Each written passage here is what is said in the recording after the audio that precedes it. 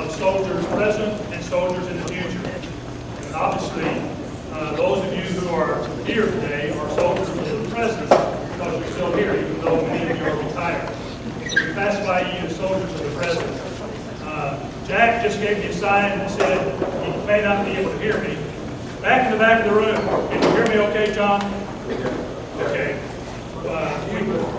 We can turn it up if we need to. So if you can't hear, raise your hand and we'll turn the speaker up a little bit. In my case, I cannot have a problem being heard in the back of the room. That comes from, believe it or not, some old enlisted training. Even though you see it says Colonel Retired, I did spend 12 years in business, so, and I was also a first sergeant for a period of time. So I can be heard most of the time. The old first sergeant training actually got together. Thank you very much for being here. We hope we deliver a lot of good information for you. We hope you will ask questions. I will ask each speaker to actually invite you to bring your questions up at what time they want you to. If I have to be on the podium and you want to ask a question, ask it immediately. Don't wait. Because in my case, I forget what the question was before I get around to asking it. So I always say ask the question immediately. Speakers will tell you when you can ask your questions. But we hope you leave here with a lot of good information. And if you do not get the information that you need to have and you still want information, I left some of my business cards on the table up here. You've got business cards on the table on the side, so pick up a business card, and that way you'll be able to go back to someone and pick up additional information. From an administrative point of view, we will have a break at about 1000 hours. If you have not found the restrooms, they're out this door and to the left, down the hall and on the left. We'll take that break at 10 o'clock. The intent and goal is for us to be through at exactly noon. Based on my experience, we will probably be a little bit late, but I will do everything I can to keep the speakers on schedule. You'll have to worry about me more than anything else probably than the speakers. But the key ingredient for today is get answers to your questions. And if we don't answer the question immediately or we don't get an answer today, we'll try to get back and get an answer for you a little bit later on. Do want to say, even before we get started, a deep appreciation to Brigadier General Retired Jack Cotter, because Jack has been working almost solo, along with some help from the real family members, to put this program together. And without his guidance, his leadership, his work in reality, because he did it almost solo, would not have happened. So I would ask you to give Jack a round of applause.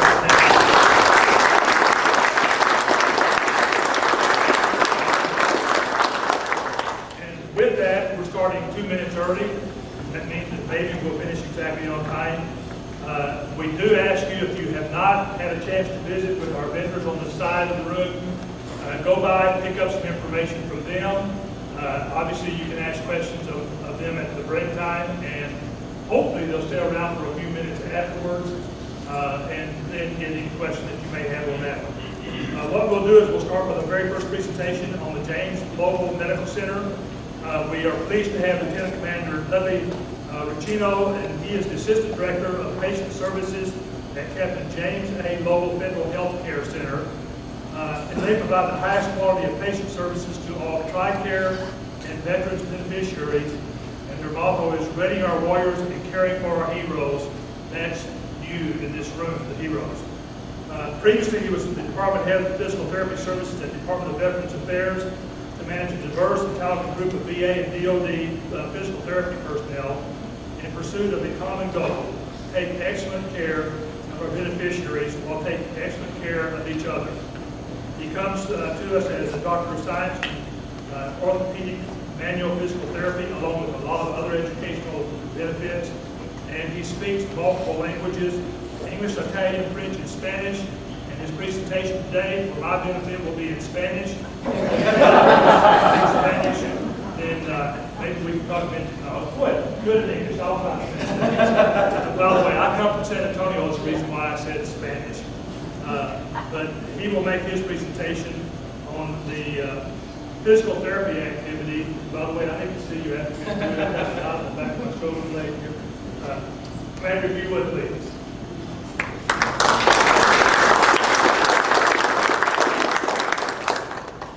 Muchísimas gracias. Entonces, Thank you, Colonel. And it is a pleasure and an honor to be here before you. Thank you for this opportunity.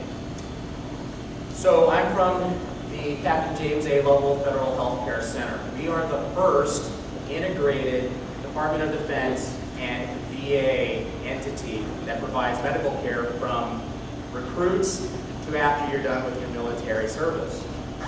As you know, we're named after Captain James A. Lovell. Has everybody seen Apollo 13? Okay. So this famous astronaut brought his crew home safely, faced severe challenges, solved them, and got them back.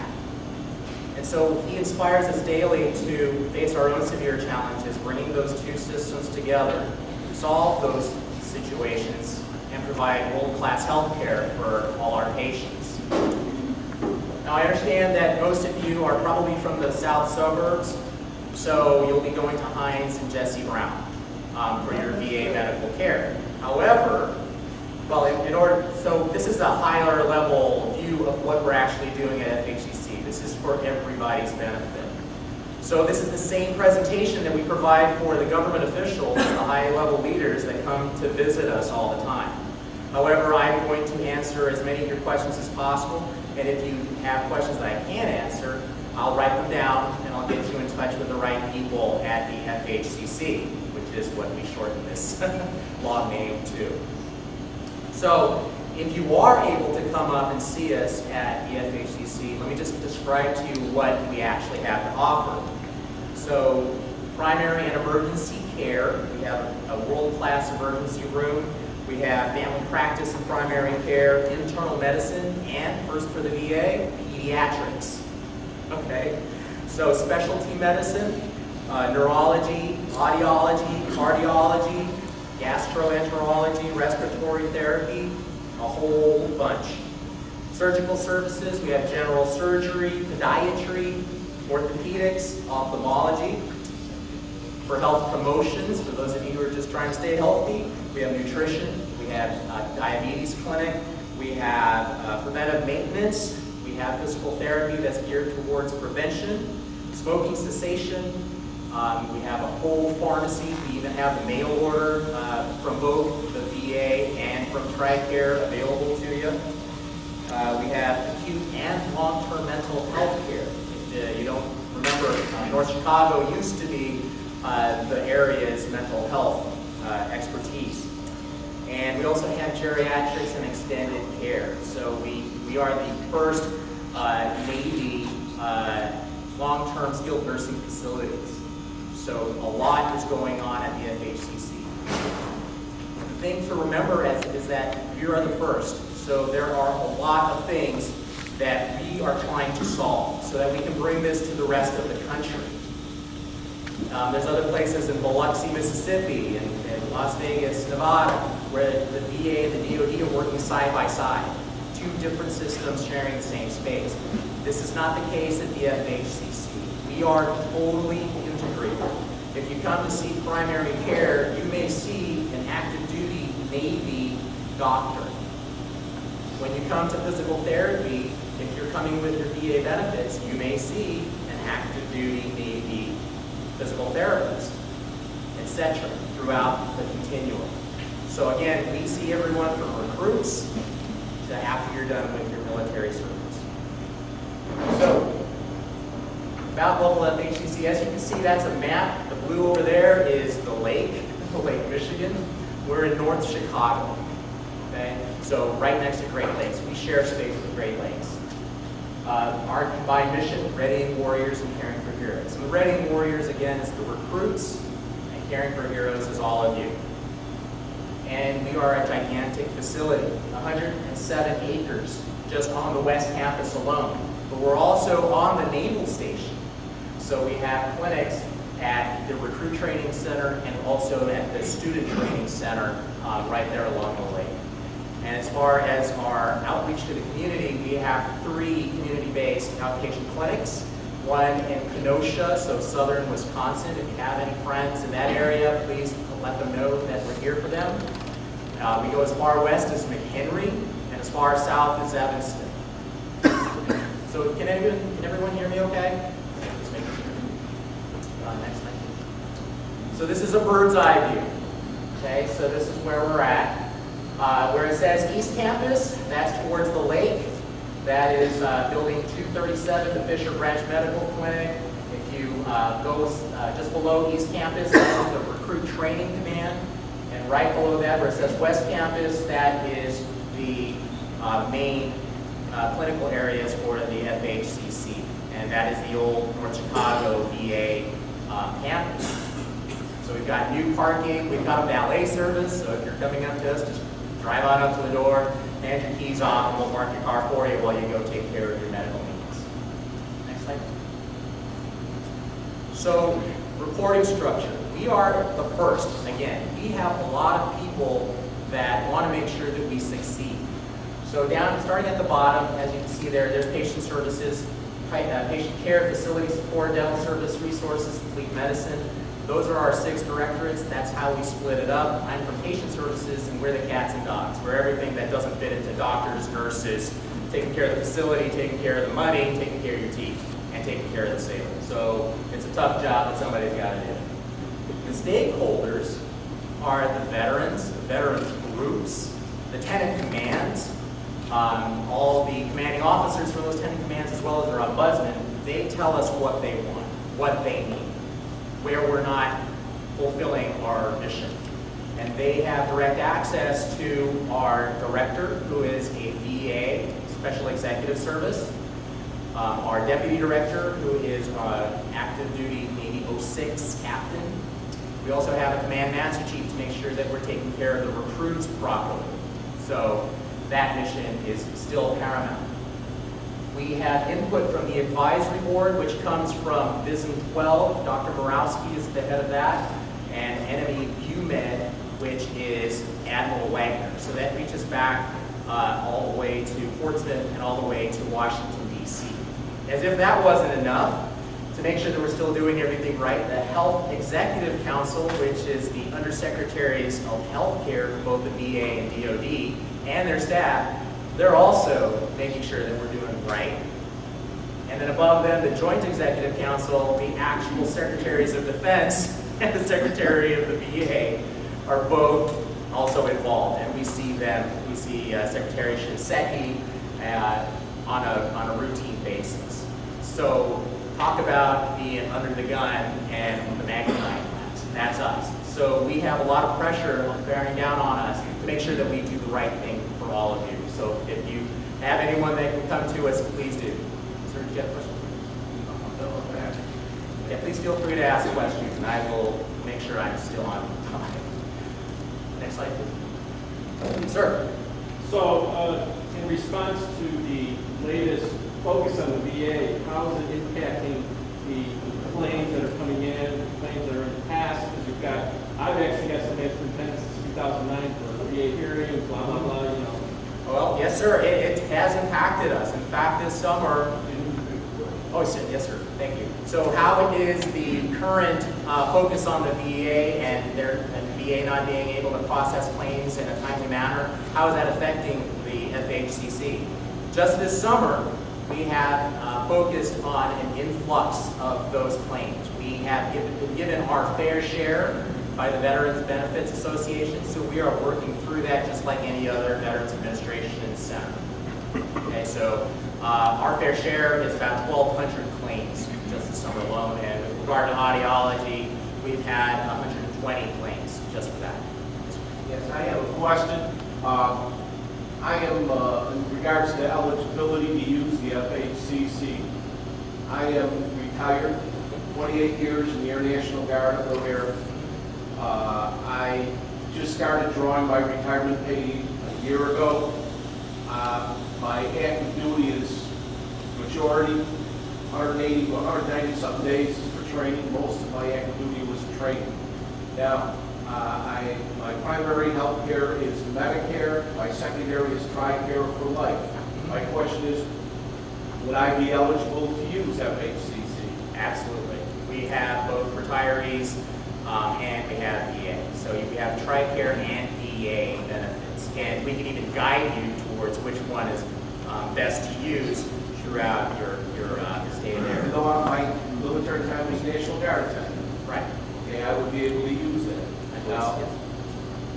The significant thing is to make sure they understand which system you're coming in. Right, exactly. Because if it goes to VA, you may get a copay. If it goes to EOD retiree, TRICARE, then there's no copay. Right, exactly. And did everyone hear that? Make sure you tell them when you are showing up. And in fact, my patient admin person made sure I told you this. You need to tell them which benefit you want to use.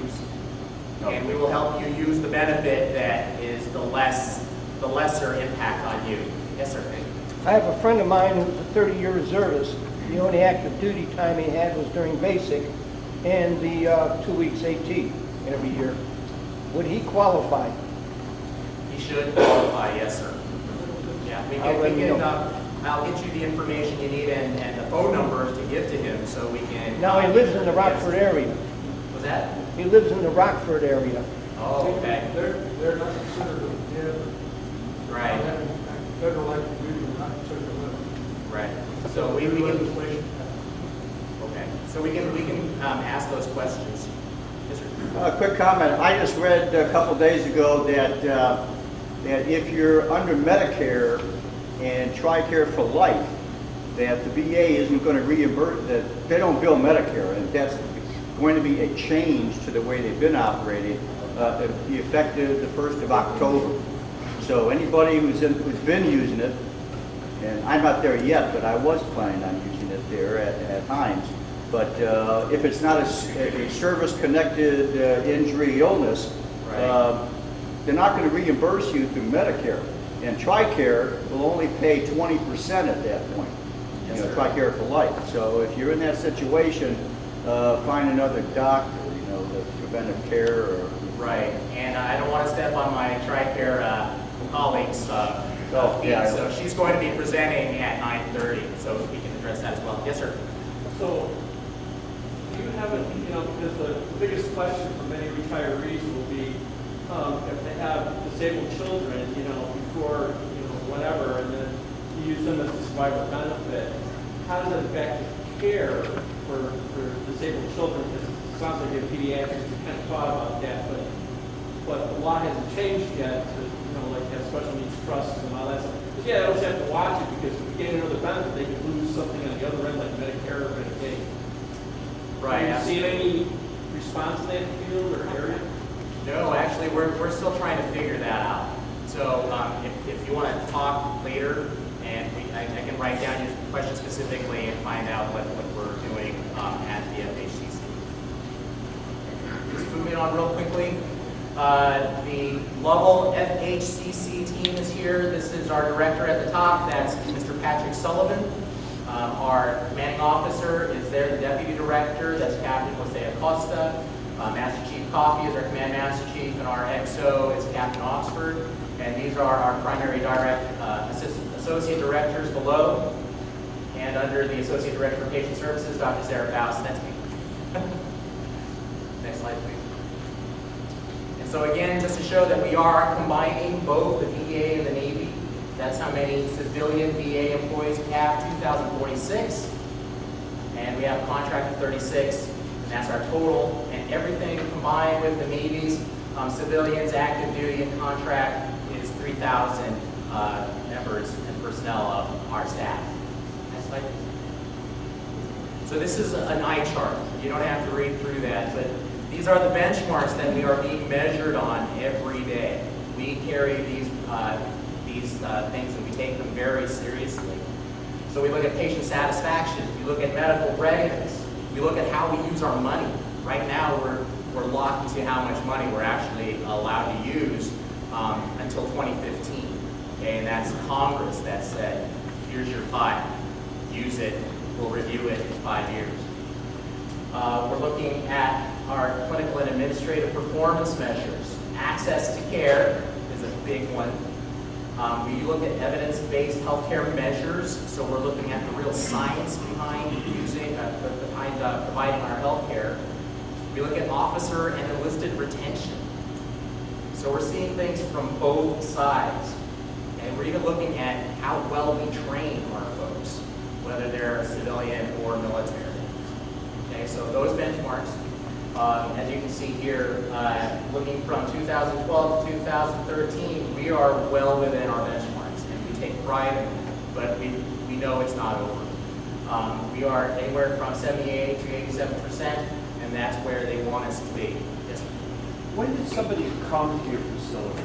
And to the history, the people that have been walking in the last few months, the medical reasons that they would come, obviously, if I'm having a heart attack, I'm probably not going to drive out there right away. Sure. But, you know, are you getting people that will transfer from a hospital over to you, or is it basically, or do you have a primary care facility where? We have a primary care facility. The reason that people primarily come to us is they are getting out of the military and they want to have their health care nearby. So, Do they come in for physicals, or? Yes, they can. So you don't have to, so you wouldn't necessarily wait till you have something wrong with yourself, you would just go in there, get a physical, or go through? Right. Okay. So the question was, how do people come to us? Why do people come to us? A variety of reasons, but primarily it's because people are leaving the military and they want to have the health care that we can provide. And we're in the area. Aside from the active duty, which we are their medical treatment facility and they have no choice about it unless we send them out, people choose to come to us because we offer good health care and world-class health care, and we are close enough. They can come in for primary care.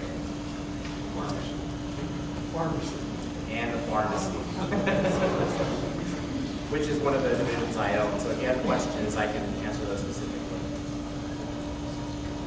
Okay, so far we're doing a pretty good job. We have been driving ourselves to achieve. Just to go back into the history, we started as a concept in 1996 after BRAC. Senator Kirk was a big driving force. The North Chicago VA was going to be closed down because they were going to move everything back to Hines, back to Jesse Brown, and back to Milwaukee. At the same time, the hospital, which serviced all of the active duty side, 200H, building 200H, which is no longer there, they were scheduled to be rehabilitated, renovated, and when they started looking at that, they found it was going to be very costly because of the structural integrity, and they were going to need to build a brand new facility. So Senator Kirk got it into his mind, hey, why don't we combine? Why don't we look at moving towards the future and combining both the VA and the DoD services in this area? And he got a lot of support in Washington, D.C., and they said, why not? So, of course, they looked at all the issues, 2 computer systems, 2 cultures, right, 2 different missions, and they said, how can we make this happen? So from 1996, they went into deep planning. They went to the boots on the ground and said, how can we make this happen? And we started in 2003, or we completed the first move in 2003. We combined the behavioral health units, so mental health, for Naval Hospital Great Lakes and North Chicago. And from fiscal year 2003 to 2007, we saved $5.4 million. We also moved our blood processing center. Now, this isn't a small blood processing center. This is one of 2 facilities that provides blood to the entire DoD, the Marines, the Air Force, the Army, and the Navy, downrange. And they put that in the North Chicago VA at the time, and we saved on trying to build a new facility. So we saved $3.1 million there. In phase 2, which was completed in 2006, we combined the inpatient medicine, emergency room, ICU, surgery departments. That saved us 51 jobs, 51 full-time employee equivalents, and we saved $5.8 million from 2005 to 2007. Since then, our mission has expanded, so we probably took back all those 51 jobs already. And in phase 3, we started in 2010. That was the rest of the integration. We had to build a new wing for the Navy side. Cost us $67 million, but we're operating at a cost of saving a cost of $19 million by doing that, by putting everything in one place. So we're saving money, we're trying to consolidate taxpayer money into one place, and provide one system from recruit to after military service. And we're being reviewed all the time. Dog and pony show all the time. Yes, sir. So you say that you combine the systems, and it seems to me that seems to be the key to the VA problem, because they can't get records from the military, they don't have access to it. It seems to be the central problem across the country, and why these claims are taking so long to file. And I understand, I don't know if this has happened yet, that they've made a strategy change where they're now accepting civilian doctors' analysis, or their whatever they come up with, and now they're accepting civilian doctors. Is that speeding everything up, or is that hindering, or? Good question, sir. So we're accepting civilian doctors. We're trying to. The question is, because we're accepting civilian doctors into the military, into the VA, is that speeding up the system? And it seems like the combination of the VA and the DoD is going to speed things up as we put things under one roof. And this slide directly demonstrates that. So here, if you look at the green line on the far left bottom, that's how long it takes for the FHCC to process the integrated disability evaluation.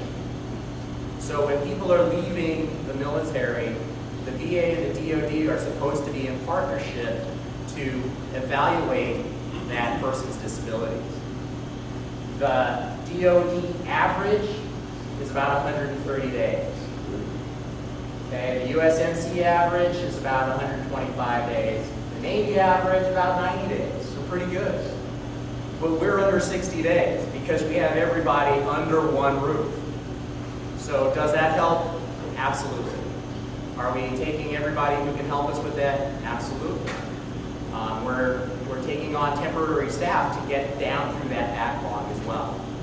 So, yes, sir. So it seems to me that anybody that has a disability or has perhaps something that may have been caused by service is better going there, because we're going to get better service than going to Jesse Brown or Hines or wherever Right. else. I have a friend of mine who just retired from the Navy, and he was in Michigan, at the University of Michigan, actually, as the NJROTC commander, and he drove all the way to FHCC to get everything done instead of having to go through local VA, because he knew everything was under one roof and it would be very timely.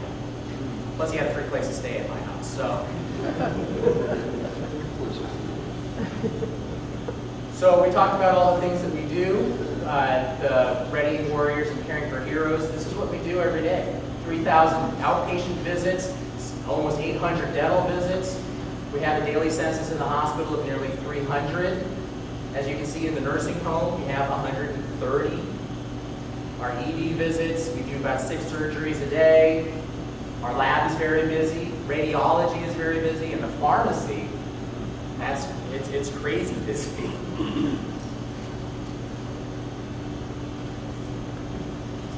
But we also have the other mission. We still have people who go downrange. We still deploy sailors.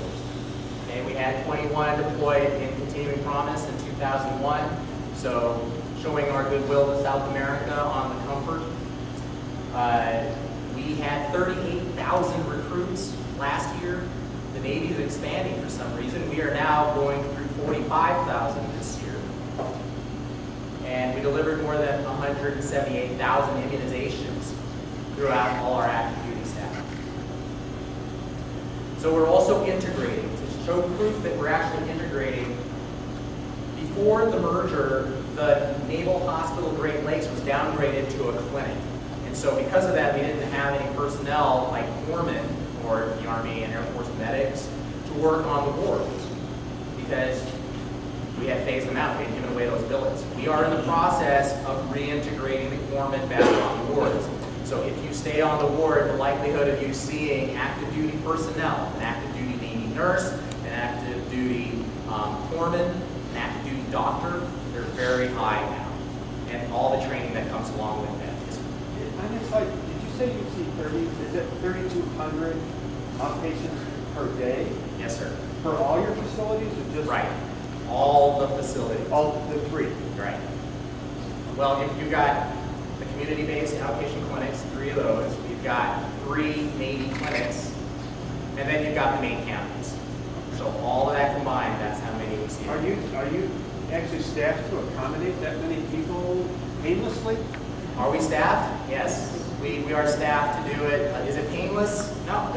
Honestly, I'll be honest with you, it's not painless. And that's because we're still going through this integration. Trying to figure out how to best document, for instance, how to best use the pharmacy system, for instance, as well. So we're not going down the road of 15 years ago where you go there and wait in line all day. No. So one No. visit would take, all day. And can you set appointments? Right, you can set appointments. Now, the other thing is, from the pharmacy, one of our benchmarks is how well do we serve our patient from taking their ticket to getting their medications in under 30 minutes. And we've been able to achieve 80%. So it would probably be a good idea to come for a visit before you need the services. Absolutely. Get in the system before you need it. Just So, like most of the VAs, they have other major hospitals, they do training that are associated.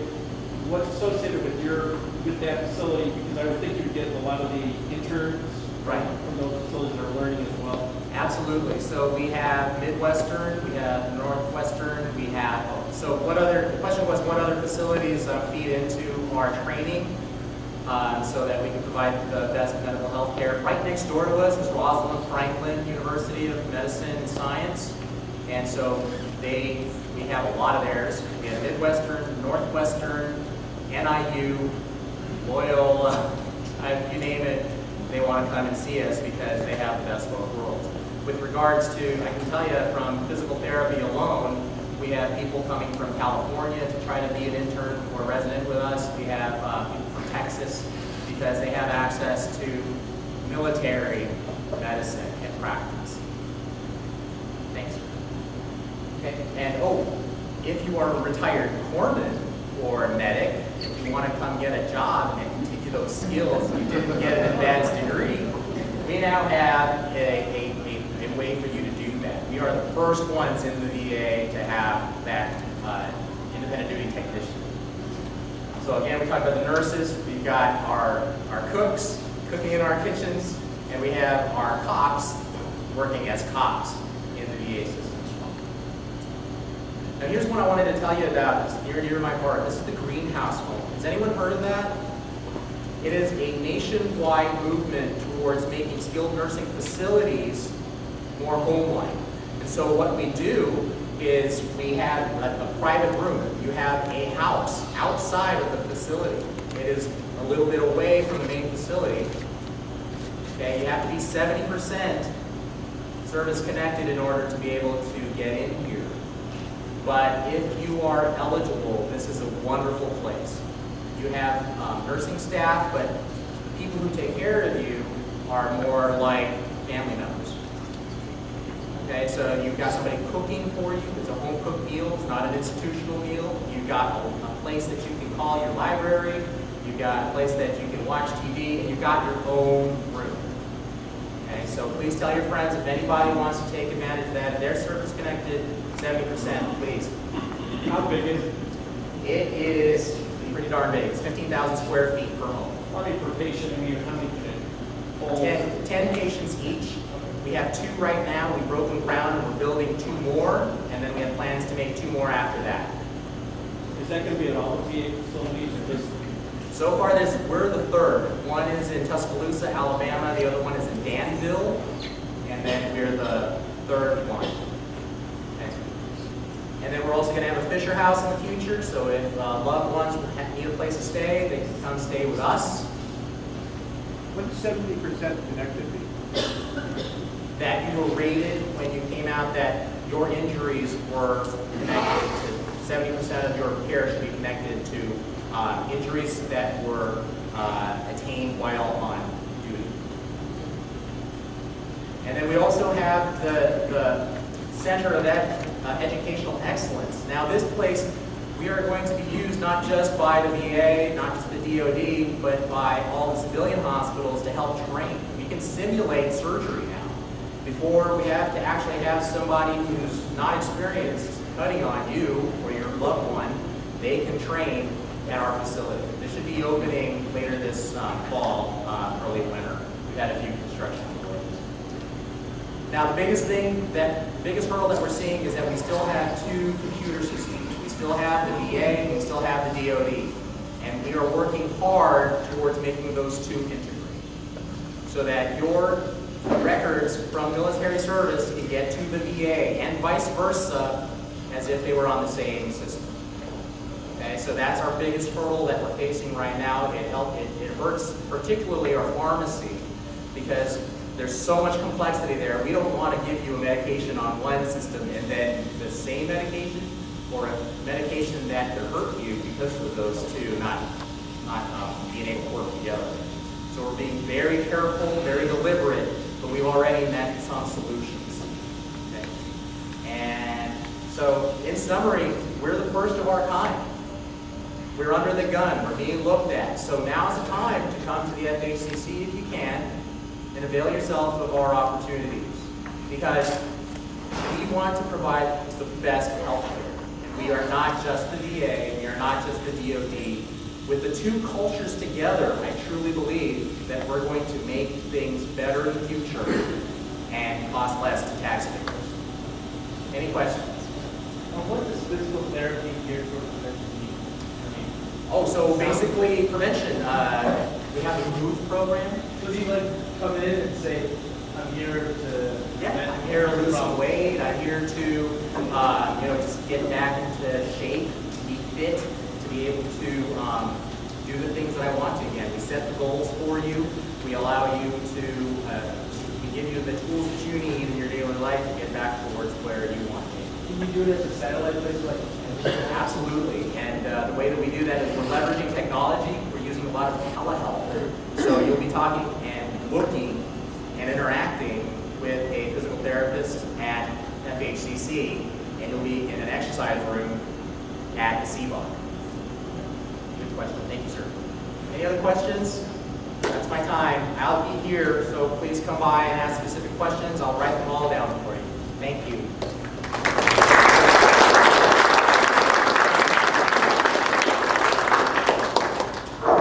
We do appreciate the fact that you took time to come down and see us. We also want you to remember that you were part of the Income Association in terms of the benefit meeting. We would like to thank you again, Dr. Moore. Thank you very much for your participation. He will be here at that time. Questions that you may have, hopefully answering the questions that you have. And like you said, you write those questions down and get them back to you. Our next presenter is from TRICARE, my insurance. And I like it real well because it's doing wonders for me. Jean Swiderski. I got this why. I said, she told me I could call her Red, but I won't. Jean comes to us from the Education Specialist for Health Federal Services and Managed Care Support Coordinator. And she is from NET Federal Services, long-standing partnership with the U.S. Department of Defense. It began in 1988 with the award of the DoD's first Managed Care Administration for civil care. And she will give you, hopefully, a lot of information that's going to help you in these interactions. Sure. Thank you. Good morning, everybody. Good morning. My name is Jean Swiderski, and I am with TRICARE. Our office is located at the beautiful Capitol Federal Health Care Center near Chicago. We're in building 133. That's where my office is.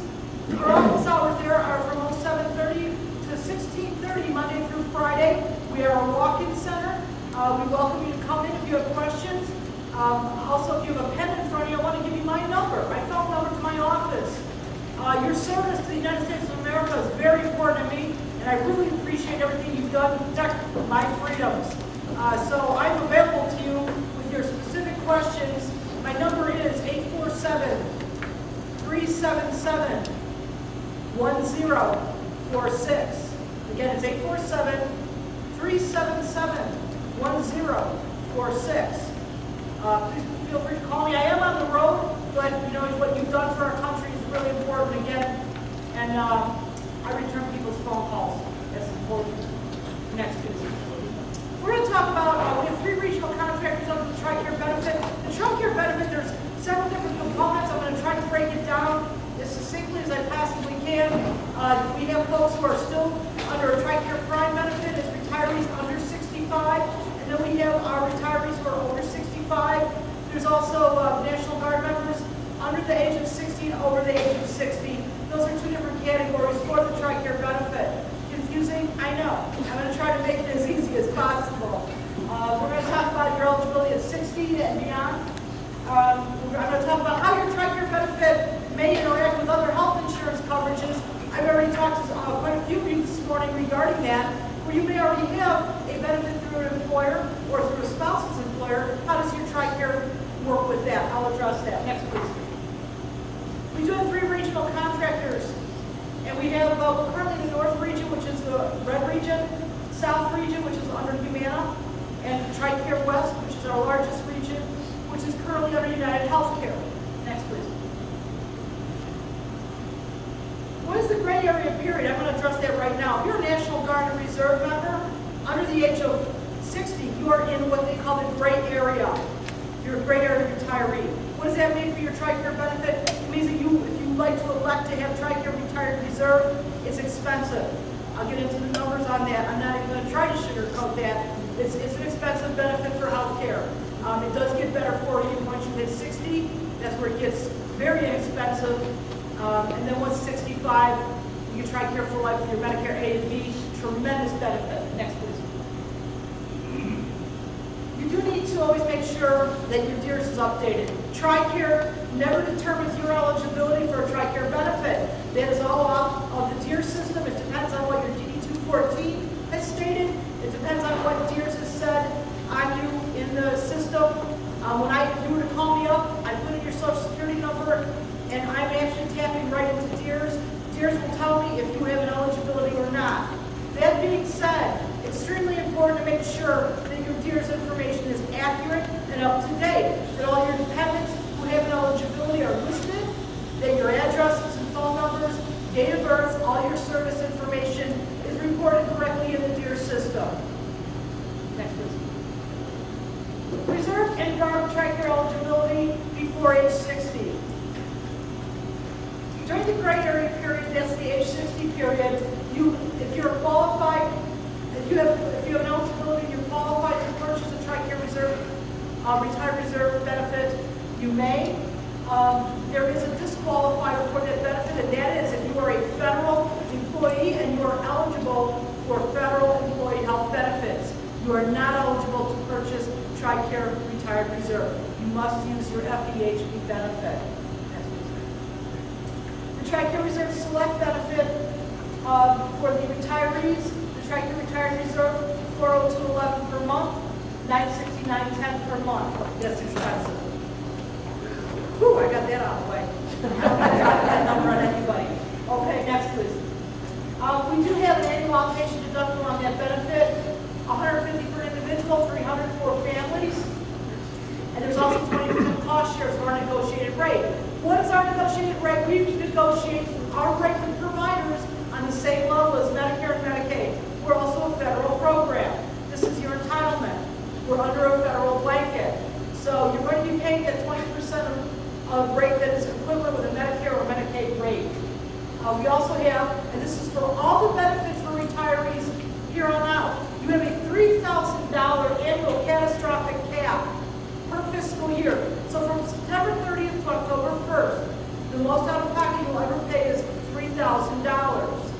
Currently, under my benefit through Health Net Federal Services and United Healthcare, I pay over $200 a month for my premium. I also have a $2,500 annual deductible, which I'm very happy to have. If you do the math on those two numbers, with your $3,000 catastrophic cap, you have a very rich, very strong benefit that's quite affordable. Next, please. If you also qualify for VA benefits, you can seek medical necessary care under either benefit. Again, please be clear on the benefit that you're going to be using. VA covers you regardless of prior treatments with your VA benefit. TRICARE, however, will not duplicate a VA payment for treatment of service-connected conditions.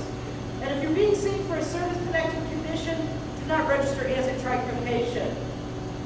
Whether TRICARE or VA pays, rules and costs of the paid benefit apply. I'll be happy to answer that if you need more information on detail, and I'm sure that the commander will also be happy to talk to you about that also. Yes, Retired Guard Reserve members, coverage choices after 60. This is where your benefit really gets strong. You must, if you like TRICARE Prime and you live in a prime service area, that's a key to this. You must be living in a prime service area. You can call TRICARE to check if you do live in a prime service area or not. I have literature on my table, along with very handy envelope openers. Please come and help yourself to know. You can call that number, the 877-874-2273 number. You can check to see if you're in the prime service area. Under this benefit, we do not have TRICARE Prime Remote if any of you were participating in the TRICARE Prime Remote benefit. If you do not live in a TRICARE Prime service area as a retiree, then you would be TRICARE Standard. I'm going to get into the benefit of the TRICARE Standard program in a moment. That is a PPO option, whereas TRICARE Prime is an HMO option. It's managed care. If you'd like to enroll in the Prime benefit and you're eligible, you would want to submit your form before the 20th of the month. Therefore, your coverage would begin on the first of the following month. So, for example, if you were to enroll in this program by September 20th, your benefit would begin on October 1st. That's how that works. Yes, sir? So when you say prime area, I mean, let's say where we are now, does that cover like 90% of Illinois, 100% of Illinois, or? Sir, it goes by zip code and your exact address. We do have a locator in our online. I would also be happy if you needed that information. You can call me. I can try to look it up for you. You can also look it up yourself on our TRICARE.com or TRICARE.mil website, and you can find that information out.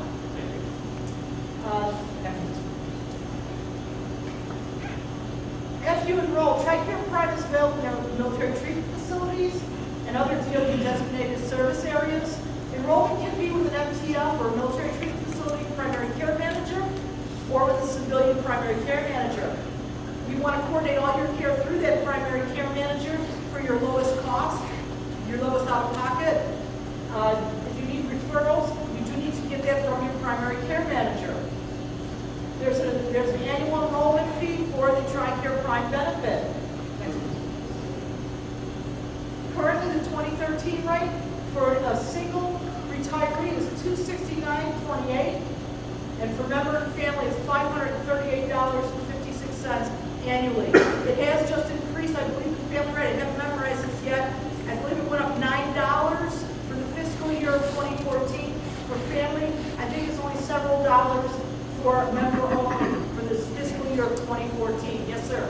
So if you have disability children, special needs, whatever, how does that formula fit into this or not fit into it? It would fit into that. So the question was, if you have special needs children, it would depend, sir, if your children would be eligible for Medicare A and B, and then we would have what we call a TDIFIC system where they're dual eligible. And if you need more explanation or more questions for your specific circumstance, I'm going to be here until they tell me to go home today. All right? So Mr. Connor tells me, go home, Gene, then I'll go home. Oh, I'm sorry, sir, you may go one, please. I just want to cover one point regarding adult children. We also have children are eligible. This is the eligibility for your dependent children. They're eligible up to the age of 23 if they're full-time college students. They're eligible up to 21 if they are not. If they don't fall in either category, they'll be eligible up to age 26 under our TRICARE Young Adult coverage. That is a premium-based program for your adult children who may not have employment or any other insurance option. And you can pay for that benefit. It's a couple $100 a month. It's available in both Prime and TRICARE Standard. Thank you, Mr. Connor. If you're going to be traveling under your Prime benefit, and say you're going to be a snowbird, I get this question often. If you're going to be wearing in the south or the west, and then coming back up to the north area for the summer months, you are going to want to do a portability of your coverage only if you're under TRICARE Prime. We'll allow you to do this change twice a year. So that leaves you free to go ahead and travel back and forth. You just do have to do a portability of your coverage between the regions if that applies to you. If you're going to be going overseas, TRICARE Prime would not be available, but you'd be covered under the TRICARE Standard option. You would also be covered if you're over 65. Your TRICARE for Life benefit would still be in effect. What happens if you're on vacation and you need to If you're under TRICARE Prime, you want to call your primary care manager to coordinate your care. If you're TRICARE Standard, you can go to any participating TRICARE provider under your standard benefit. You do not need a referral. You do not need any coordination for that. If you're TRICARE for life and you're traveling overseas, just vacation, not living or working overseas. Same answers with the TRICARE Standard, sir. You would have your Medicare A and B and your TRICARE for life under Wisconsin Physician Services would be a secondary payer to your Medicare benefit. No coordination would be necessary. You may want to talk to your family physician if you need care. Medicare doesn't cover, it's not covered overseas. So from what I understand, if you're on, let's say you're in Germany, you're on vacation, you break your leg, you need medical care, TRICARE for life will cover that. This is what I understand. That's true. But what you need to do is find out ahead of time where you're going. If you contact TRICARE for life, they give you more details as far as where you go. That's good information, sir. That's absolutely true. Be advised, some places overseas want money up front too. Correct. If you're going to be overseas, you may want to check with TRICARE for life and get further information from them. You may also want to check in with Medicare. Medicare doesn't pay. Okay. Medicare's not applicable outside. All right, thank you for that information. Did I see another hand up? No? Okay, we're going to move on then. Again, if you're under Prime, you always have to coordinate that care through a primary care manager. You do need to get your referrals through that doctor. Otherwise, it would be considered point of service. Your cost shares will be significantly higher, and they will not be put against your catastrophic cap. That's basically just going to be out-of-pocket expenses that you're really not going to be able to recuperate in the end. Again, if you're going to be out of town, try to coordinate that routine care before you leave. If you need urgent care, call your primary care manager for assistance. And for authorization under Prime, also call TRICARE. I always say, when in doubt, ask. If you're not sure what action you need to take, let's make sure you don't get billed unnecessarily. Call us. Call TRICARE, call me, call your primary care manager. Of course, if you need to go to the emergency room, go to the emergency room. Call 911 and then make your phone calls afterwards. And you're going to be, like I mentioned before, the scenario where you're going to be a snowbird, where you're going to be traveling out of your area for over 30 days. That's our rule of thumb. If you're going to be away from your primary care manager over 30 days, you may want to transfer your enrollment to another region if that's where you're going to be staying. I mentioned this earlier. This is the point of service options when you just go without a referral. You're going to pay higher costs. TRICARE will only pay if the TRICARE provider is a TRICARE authorized provider. TRICARE is no longer accepting retroactive referrals, meaning we used to sometimes be able to write a referral if somebody sought some treatment without one, and we can double back and write that. That's no longer in effect. We can no longer do that. You'll be paying the point of service charges. The annual outpatient deductible for TRICARE Prime is $150 for an individual, $300 for a family. Cost shares 50% after your deductible is met. Non-network providers may be able to charge up to 15% above what TRICARE pays that provider. And these costs, again, like I mentioned, will not apply towards your catastrophic cap under point of service. We also have another Prime option. It's called the USFHP program, and it's available in only 6 areas in the United States. Your care can be captured in through large medical treatment facilities throughout the country. If you go to the next slide, I'll show you what some of those are. They're in Maine, New Hampshire, Vermont, Northeast New York. We also have them in Massachusetts, Rhode Island, the Northern Connecticut area, and Southern New Hampshire. St. Vincent Catholic Medical Centers through New Jersey, Eastern PA, Southern Connecticut, and parts of New York, including New York City. Johns Hopkins is involved in that program. Christus Health in Southeast Texas, Southeast Louisiana, and the Pacific Medical Centers in the Puget Sound area of Washington. Okay, here's another option. This is what you automatically get without taking any action on your part once you turn 60 with 20 years of service. Once you turn 60 with 20 years of service, doesn't matter if you're a reserve guard, as long as you retired with 20 years of service, you will automatically TRICARE standard, no cost, no annual fee. Everybody automatically gets this. People ask me, what's the difference between private standard or which is better? Private standard. My answer is, which is a better tool, a hammer or a screwdriver? They both do different things. It depends on what you want to accomplish. If you have other health insurance that you want to keep or that you're currently using, I recommend you stay with TRICARE Standard. TRICARE Standard plays well with others. TRICARE Prime does not, because of the nature of what Prime is. It's an HMO. TRICARE Standard works well as a secondary payer with any other health insurance. Again, you're going to see this.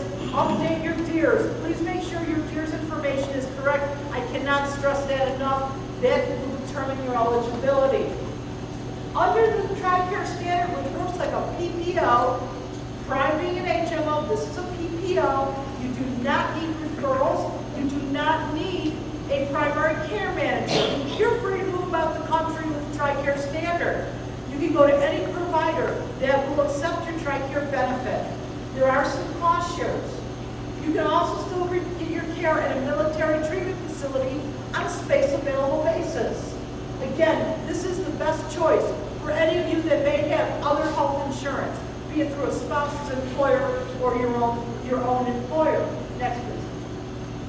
You want to follow the rules. If you're going to be using this with other health insurance, you're going to want to follow the rules of your other health insurance for your authorizations and your referrals, as they're always going to be your primary payer.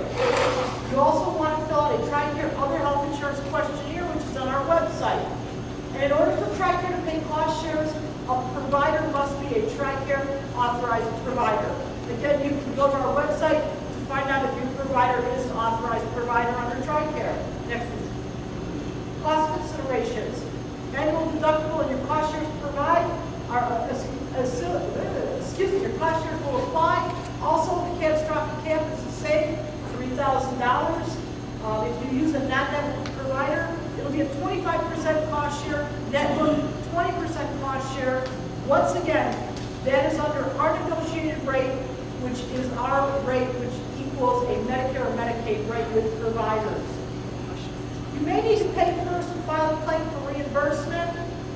Provider may charge up to 15% above what TRICARE pays. That's for a non-network provider. TRICARE for Life. This is for those beneficiaries who are age 65, have Medicare A and B. You automatically get the TRICARE for Life benefit. You must enroll and pay for Medicare Part B to get this benefit. You also must be still eligible in DEERS. Again, the third reminder, check your DEERS. Also get a new ID card. The expiration date on the new ID card that you should get at this point on age 65 will be indefinite. That's what it'll say on the back of the ID card. On a personal note regarding, yes sir? The new ID card, they have not using your social security number anymore. Correct. They have a DOD benefit number. He's talking about the ID card. We've installed a DOD benefit number. If that benefit number, we're having some system problems. We're really not talking to a lot of systems. The rule of thumb is make sure that your claims are put in under the sponsor's social security number. Does that answer your question? Yeah, but I think also the TRICARE applies now. Okay, well, you can try that, but the sure-fail way, the best way to get your claim in for TRICARE for Life and for any of your TRICARE benefits, use the sponsor's social security number. You can present that card, of course, do present the card to your provider along with your Medicare A and B card, but also provide them with the sponsor's social security number to submit that claim. Is that basically what you're speaking of, sir? Right. Okay, wonderful. That's kind of what I'm hearing, sir. If you have a different experience, great. I hope those numbers are working, but I really haven't received too much reporting regarding that recently. I think I've shared I've had the opportunity to speak with some of you earlier, and I just want to share briefly. My father was a TRICARE for Life beneficiary. He was retired Sergeant First Class Julian Swiderski. My father passed away in January. He had some insurmountable hospital bills during his illness. over $100,000 worth of hospital bills. His widow only had to pay several $100s out of pocket. His Medicare A and B, TRICARE for Life benefits work beautifully. So it's a strong benefit, it's a great benefit. You still can get your medications the way you've been getting them. So that helps you out as far as with the Medicare D option. You may or may not want to enroll in that. That's a personal choice. You do not have to enroll in TRICARE for Life. Again, it's an automatic. But you do need to pay your Medicare Part B premiums to remain eligible for the TRICARE for Life benefit. Next, please. You can go to any Medicare provider. You can go to an MTF on a space available basis only, and claims will be processed through Wisconsin Physician Services.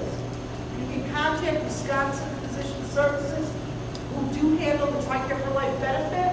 Their number is there. I also have the number on my literature on my table.